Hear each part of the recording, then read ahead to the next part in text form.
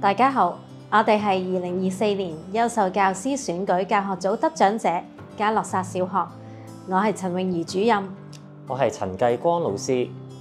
今次我哋得獎嘅主題係6年級常識科環境與我呢個單元，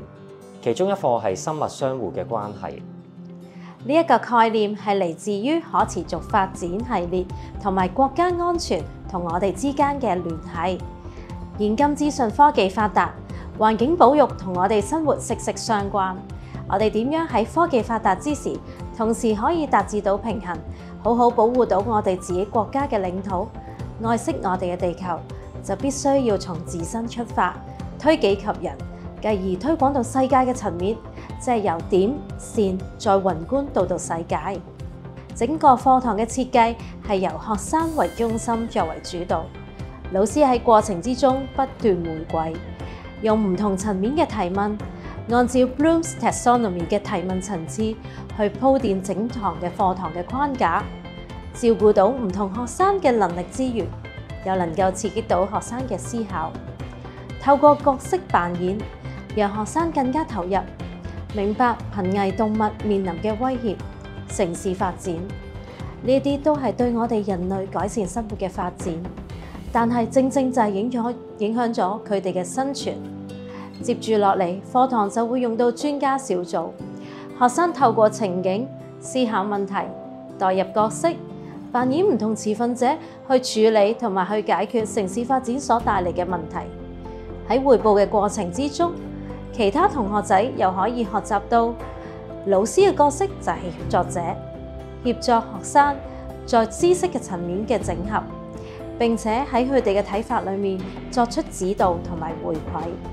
最後，我哋會將課堂嘅知識內容轉化成為態度，帶出可持續發展嘅概念、國家安全範疇，例如生態安全、資源安全，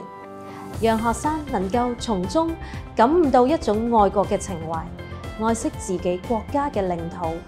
學生最大嘅得着係從知識轉化成生活嘅態度，明白可持續發展嘅概念同埋背後嘅意義。因為呢個課題除咗明白知識之外，更加重要嘅係生活態度嘅改變。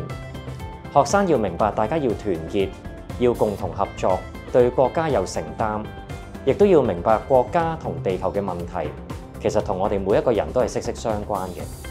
其實得到呢個獎呢，我覺得都係一個鼓勵性啦。咁首先，咁其次呢，就係推動到咧我哋成間學校嘅老師咧更加可以發揮到互相去支持、互相去提醒嘅作用，證明咗我哋嘅教學咧唔係停喺某一點度嘅，我哋要不斷咧去將我哋嘅課程去優化啦、去改善啦，亦都可以配合更加多咧而家資訊科技發達嘅事項。咁除此之外咧，我覺得老師咧都要自我去提升啦，繼續去學習啦，將個課堂咧設計得更加優化。因為譬如好似今次嘅課題係同環保有關嘅，咁可能未來嘅發展咧，其實好多嘅議題咧都係同可持續發展啦、國家啦、環保係有關嘅。咁我哋可以點樣將呢啲嘅課題咧再重整、再整合，然後就將一啲嘅知識點帶俾學生。知識點帶完俾學生之後，學生點樣去將呢啲知識點內化變成一種生活態度呢？就係我哋未來嘅方向。繼而咧，學生更加可以咧自己主動去搜尋一啲同佢生活息息相關有關嘅資訊咧。我覺得呢個對佢哋嘅得着咧，同埋長遠嚟講咧，先至係最重要咯。咁呢個獎項咧，除咗能夠對老師嘅付出咧係俾一個好肯定嘅之外咧，咁亦都係俾我一個好大嘅鼓勵，可以推動一啲真係有心嘅老師咧，努力去設計更加多有心思嘅課堂，培養學生咧喺知識、技能同埋態度呢3方面咧都有均衡嘅發展。咁另外咧，我哋都好開心咧睇到學生咧其實都好享受課堂嘅活動，咁佢哋討論嘅時候咧都好積極咁樣參與。彙報嘅時候咧都好有自信嘅，咁而喺過程當中咧，學生咧都唔單止咧喺知識嘅層面咧有得着，咁喺活動嘅時候咧更加能夠啟發到佢哋嘅思考啦，咁學識咧諗嘢嘅時候咧要更加全面嘅。